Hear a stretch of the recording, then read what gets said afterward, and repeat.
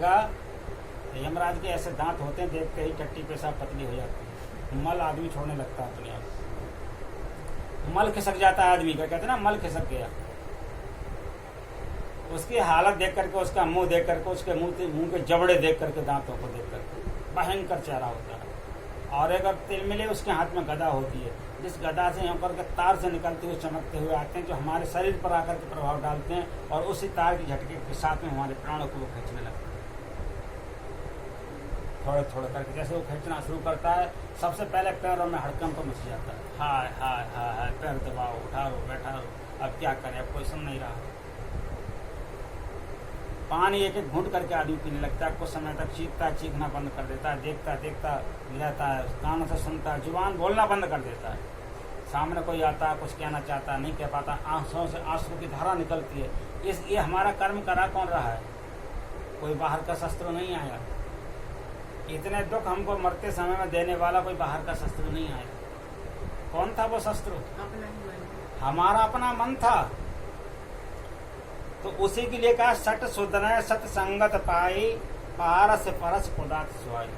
सत्य का जो संग कर लेते हैं वो लोग अपने मन पर काबू पाने के लिए प्रभु का भजन करते हैं, और मन से कहते हैं, भैया तू भी भजन कर मेरे साथ बैठकर। आपने देखा है, मैंने पहले बताया था कि जब मन एक तरह से, इसको आप जिंद मानिए, जैसे जिंद कोई सिद्ध कर ले तो जिंद कहता है भाई काम बता। जिन्नात जो होती है वो काम मांगती है। अब काम नहीं, जो लोग तांत्रिक होते हैं जिन्नात को सिद्ध करते हैं, उनसे कहते हैं काम बता।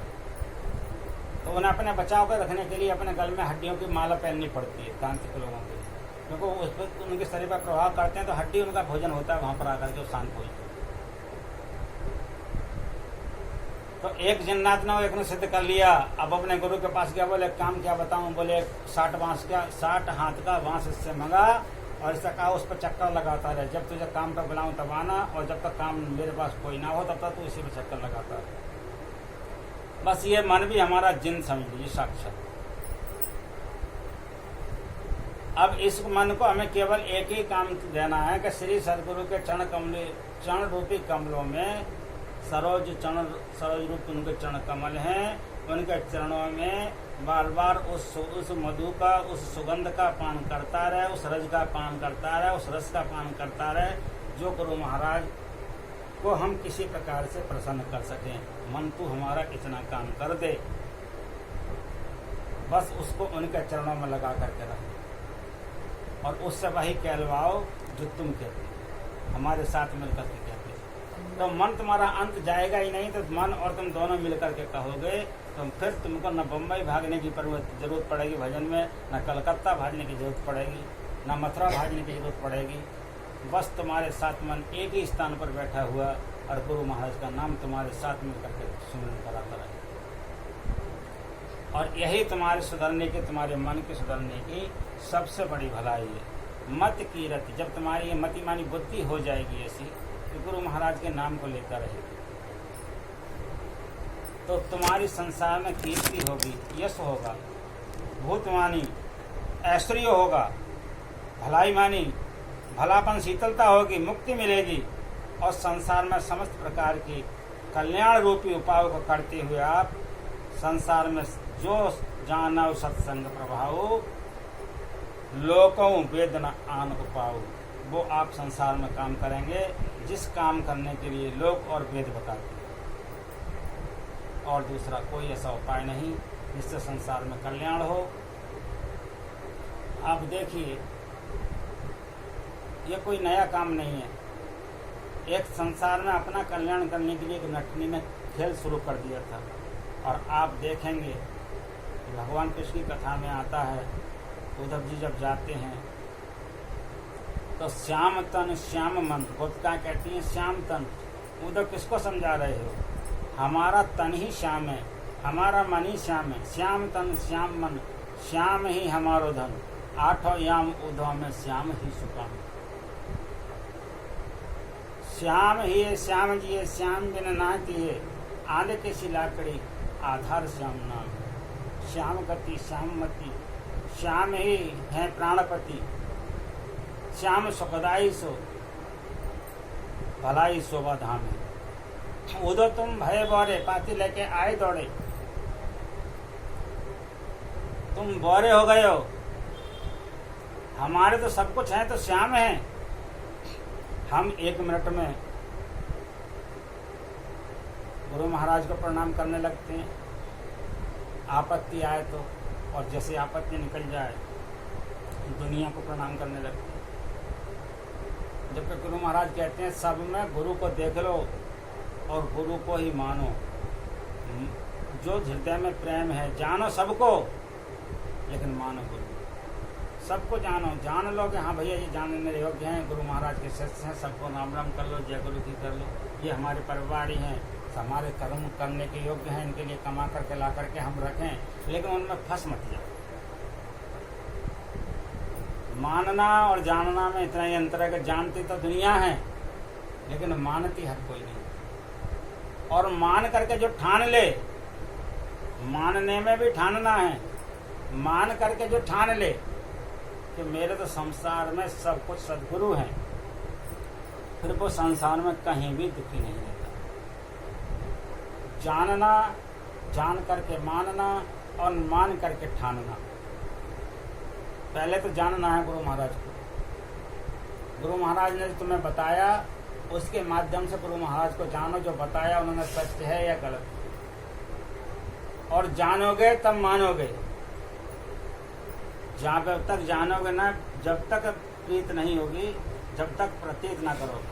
पहले जानो, जान करके मानो, मान करके ठान लो कि हमारे संसार में यदि कोई साथी है, दुनिया में कोई हमारा है, तो केवल हमारा सद्गुरु है। और इस शरीर में जब तक हैं, हमें देखने वाला हमारा सद्गुरु है। और सरोवर से जब हम निकल जाएंगे तो वही सद्गुरु रूप हमारा परमात्मा। अंतरात्मा में वही रूप परमात्मा है और संसार में वही सद्गुरु है। दोनों में अंतर देखने में है। जानत तुम्हें तुम्हें हो जाई, जो जाने ता देव जनाई, बिन जाने प्रतीत न होई। जब तक तुम जानोगे नहीं, उसी को जनाना चाहिए। जानेगा वही जान लेगा, वही मानेगा, मान करके वही ठान लेगा। संसार में वही प्राप्त सद्गुरु महाराज को प्राप्त, वही परमात्मा को प्राप्त करेगा और दूसरा कोई पर। अब 1 मिनट में तो मान लेते हैं और जान भी लेते हैं, लेकिन मन में कभी ये नहीं ठानते कि आज हमें बैठ करके 2 घंटे भजन करना है गुरु महाराज ने। जब गुरु महाराज हमारे लिए सब काम कर ही रहे हैं तो हम उनके भजन को क्यों छोड़ें? लोग उसी नाम को परमात्मा कहेंगे। यही नहीं होता है पहले से। लोग उसी नाम को परमात्मा कहेंगे कि परमात्मा का भजन करना। परमात्मा क्या है? परम धन आत्मा। सदगुरु ने ही उस तत्व को प्राप्त किया है। सदगुरु का ही अंतर आत्मा रूप से नाम परमात्मा। सदगुरु स्वरूप ही परमात्मा। परमात्मा नाम से आदमी सहज में पहचान लेता है और सदगुरु नाम से लोग भेद समझता है। उसमें रूप अपना अपना अपने अपने गुरु का धारण कर लेता है, लेकिन सदगुरु नाम ही परमात्मा का नाम। जो सदगुरु के रूप को शरीर समझता है वो अपने अधोपतन का मार्ग ढूंढ लेता है। जो सदगुरु स्वरूप में परमात्मा समझता है, जो दीक्षा देते हैं, वो जब दीक्षा देते हैं उन्होंने कुछ प्राप्त कर लिया। हमको हमारे सदगुरु ने दीक्षा दी है, स्वामी व्यासानंद जी महाराज ने। उन्होंने मेहनत किया, तपस्या किया, जंगलों में वनों में जाकर के तपस्या किया। एक रोटी को डाल देते थे, गंगा में खड़े हो जाते थे, जल में खड़े होकर के भजन करते रहते। सूर्य नारायण की तपस्या वो रोटी पत्थर पर सूख जाती थी। उस रोटी के 4 भाग करते थे और 1 भाग एक दिन में लेकर के पानी पी करके भजन करते थे। कितना बड़ा तपस्या किया है सदगुरु स्वामी व्यासानंद जी महाराज ने। फिर दूसरे दिन को जब भूख लगती थी, जब तक खूब भूख नहीं लगती तब तो दूसरा टुकड़ा नहीं लेते थे, पर उस टुकड़े को पानी के सहारे खाते थे। फिर पानी पी लेते थे, फिर भजन किया करते थे। फिर ऐसे एक टुकड़े के 4 दिन चलाते थे, एक रोटी के 4 और पत्थर पर सुखाते थे। अग्नि भी नहीं होती थी उनके पास में, और जल में खड़े हैं भजन कर रहे। यदि आज हम उनकी बात को मान करके 10 मिनट बैठ करके भजन कर लेते हैं तो भी हमारा कल्याण होगा। और हम भजन ही नहीं करें, गुरु महाराज में देखकर मतलब के लिए हम स्वार्थ ढूंढते रहें, गुरु महाराज में खोट ढूंढते रहें, गुरु महाराज के बनाए हुए शिष्यों में हम कमियां देखते रहें, तो हमारे अंदर भजन होगा कहाँ से? हम कमी में फंस गए, हमारे अंदर ही सब कमी भर गई। हमें तो कमियां छोड़ करके गुरु महाराज के नाम का भजन करना, तब हमारे अंदर से मज्जन फल देखिए तत्काला, काक होए पिक बकऊ मराला, तब अंदर से हमारा सुधार हो। जब तक कोई सुधार होने वाला नहीं, और बिना सत्संग के कभी ज्ञान होता नहीं, और बिना गुरु महाराज के ज्ञान सत्संग मिलता नहीं, और गुरु महाराज भी बिना परमात्मा की कृपा के मिलता नहीं। परमात्मा का साक्षात रूप जो साकार रूप है वो सदगुरु महाराज ही है। परमात्मा अव्यक्त रूप से किसी को ज्ञान दे सकते हैं, अब परमात्मा हर व्यापक सर्वत्र समान, रामायण में गोस्वामी तुलसी चौपाई लिखी है, हर व्यापक सर्वत्र समान, प्रेम से प्रकट होए मैं जाना। परमात्मा जब हर जगह समाया हुआ है, मुझ में राम, तुझ में राम, सब में राम समाया। अब सब में राम समाया हुआ है, अब बिना मनुष्य के आप ज्ञान किससे प्राप्त करोगे? इस ईंट से ज्ञान ले लोगे, इस जमीन से ज्ञान ले लोगे, इस आकाश से ज्ञान ले लोगे? परमात्मा हमारे सामने किसी मनुष्य रूप में ही तो आएंगे, तभी तो हमको ज्ञान देंगे। जो ज्ञान देने के लिए आए हैं, हमें इस लोक से परलोक तक का मार्ग दिखाने के लिए आए हैं, शरीर में रह करके जो हमें मोक्ष प्राप्त कराने के लिए आए हैं, इस कारण में इस शरीर में रहते हुए जो हमारे अर्थ की पूर्ति करने के लिए आए हैं, जो हमारे समस्त मनोरथों की पूर्ति करने के लिए आए हैं, वो कौन है? सदगुरु। तो सुन समझे मुनि मदित मन मज्जय अतनुराग, लहे चार फल अशत तन साध समाज प्रियाग। जो गुरु महाराज की वाणी को सुनेंगे और समझेंगे, वो जन मुदित मानी आनंद हो जाएंगे, मज्जय अनुराग, और ऐसा उनका स्नान हो जाएगा उस ज्ञान के प्रभाव से कि जैसे मज्जन कहते हैं, ऐसे स्नान का जिस स्नान में एक लेश मात्र भी महल ना रहे। एक स्नान तो हम नदी में भी करते हैं, गंगा में करते हैं, उस स्नान से करने से हमारे अंदर का महल खत्म नहीं होता। नाक में से भी महल निकल आएगा, कान में से भी महल निकल आएगा। जो गुरुजी जो सदगुरु देव की वाणी को सुनेंगे, सुन समझे मन मनित जन मज्जय अनुराग, लहे चार फल अक्षत तन साध समाज प्रियाग। 4 प्रकार के फल को प्राप्त कर लेंगे। मज्जन फल देखिए तत्काला, आप सत्संग को मन में समझ करके उतार करके तो देखिए। काक होए पिक बकऊ मराला, काक होए पिक बकऊ मराला, आपके जीवन का हर आनंद आपके सामने प्राप्त होगा। ऐसा स्नान एक बार सत्संग में बैठ करके करिए, गुरु महाराज जो बतलाएं उस पर ध्यान दीजिए। और जैसे वो कहते हैं सम आसन आसना में आया था, अभी माता ने मेरे से किया था, ध्यान कहाँ करना चाहिए? गुरु महाराज बताते हैं यहाँ करना चाहिए। मैंने कहा शिव नेत्र का ही ध्यान किया जाता है।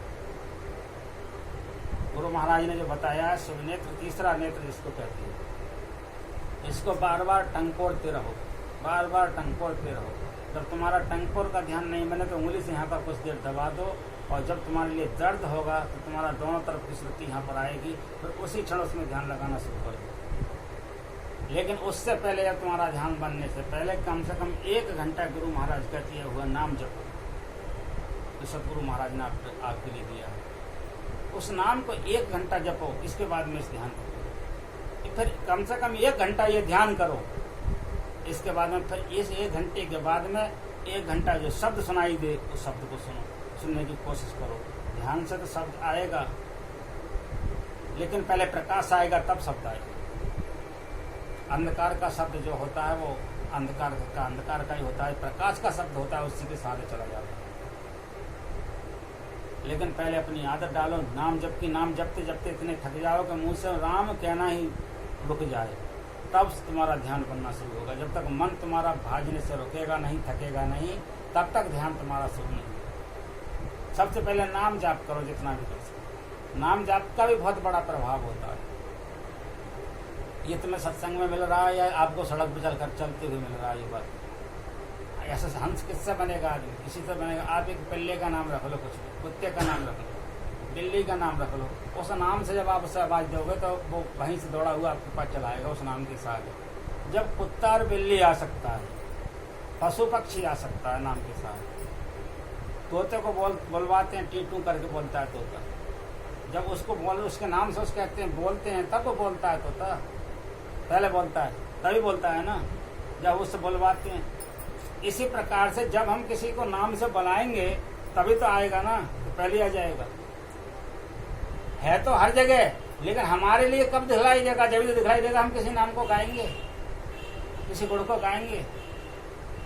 जिब्या किस लिए दी है? भगवान के गुण गान करने के लिए। तो हम परमात्मा का गुणगान करेंगे तभी तो परमात्मा आएंगे ना। तो पहले परमात्मा का गुणगान कीजिएगा, उस नाम को जपिए जो गुरु महाराज ने दिया है। तो नाम तो सबने लिया, भगवान राम आए उन्होंने 3 गुरु बनाए, उन्होंने भी नाम लिया। भगवान कृष्ण आए उन्होंने 3 गुरु बनाए। गोरबिन भवन तरह न कोई, चाहे ब्रंच शंकर सम होय। 3 लोक न खंड में, गुरु से बड़ा न कोई, करता करे न कर सके, गुरु करे सो। गुरुदेव के भेद को जीव जाने नहीं, जीव तो अपनी बुद्धि ठाने। गुरुदेव तो जीव को काल भव सिंध थे, फिर ले सुख की सिंध आने। बंद कर दृष्टि को फिर अंदर करें, घटका पाट गुरुदेव खोलें। कहें कभी तू देख संसार में, गुरुदेव समान कोई नहीं बोले। गुरुदेव बिन जीव की कल्पना न मिटे, गुरुदेव बिन जीव का भला नहीं। गुरुदेव बिन जीव का तिमिर नाशा नहीं, समझ विचार ले मने माही। रहा बारी गुरुदेव ते पाइए, जन्म अनेक की अटक खोलें। कहें कबीर गुरुदेव पूर्ण मिले, तब जीव और शिव एक तो। ये सब मिलेगा किससे? सत्संग से। और सत्संग सुनाएंगे कौन? गुरु महाराज। अगर मैं भी बोल रहा हूँ तो मेरी ताकत नहीं, मैं सत्संग कर पाता। मैंने गुरु महाराज से आज्ञा ली, गुरु महाराज हम लोग सत्संग कर लिया करें। बोले कर लिया करो, जब आपकी आज्ञा तो कर लिया करेंगे। जब वाष्ण मंदिर में सत्संग शुरू हुआ था तो गुरु महाराज ने कहा कि हमारे पंडित जी महाराज जी सत्संग करेंगे। अब सभी लोग सुने, आप लोगों को वही फल मिलेगा जो मैं बोलता हूँ, जो मेरे बोलने से मिलेगा। क्यों? ये आशीर्वाद किसने दिया? गुरु महाराज ने। मेरी ताकत नहीं है, नहीं मैं दे पाता, नहीं मैं कर पाता। ये समझ लो, बोल मेरा मुँह रहा है, लेकिन उन स्वामी व्यासानंद महाराज ही अंदर से सब कुछ बोल रहे हैं, बोलवा रहे हैं। वही इस चीज के मालिक है, मैं कुछ नहीं। आप उन्हीं का स्वरूप मान करके जो आप चढ़ाओगे भी ना, चाहे 1 रुपया चढ़ाओ, चाहे 1 लाख चढ़ाओ, 1 रुपया भी सब गुरु महाराज के समर्पण कर दूंगा। 1 रुपया भी उसमें मेरा नहीं, क्योंकि जब मैं कुछ बोल ही नहीं रहा हूँ तो मेरा है क्या? और मैं अलग से आ कहाँ से गया? जो उनके नाम पर आएगा उन्हीं को समर्पण किया जाएगा। क्या छल पाँच जो मुंह से बोला जाता है वही किया जाता है, छल पाँच नहीं होता है। तो जो सुधार आएगा बिना सत्संग के नहीं आ सकता। मन का इतना बड़ा फैलाव है संसार में कि एक पल को ये रुकता नहीं। बिना सत्संग के सुने मन कभी भी भजन की प्रेरणा नहीं दे सकता।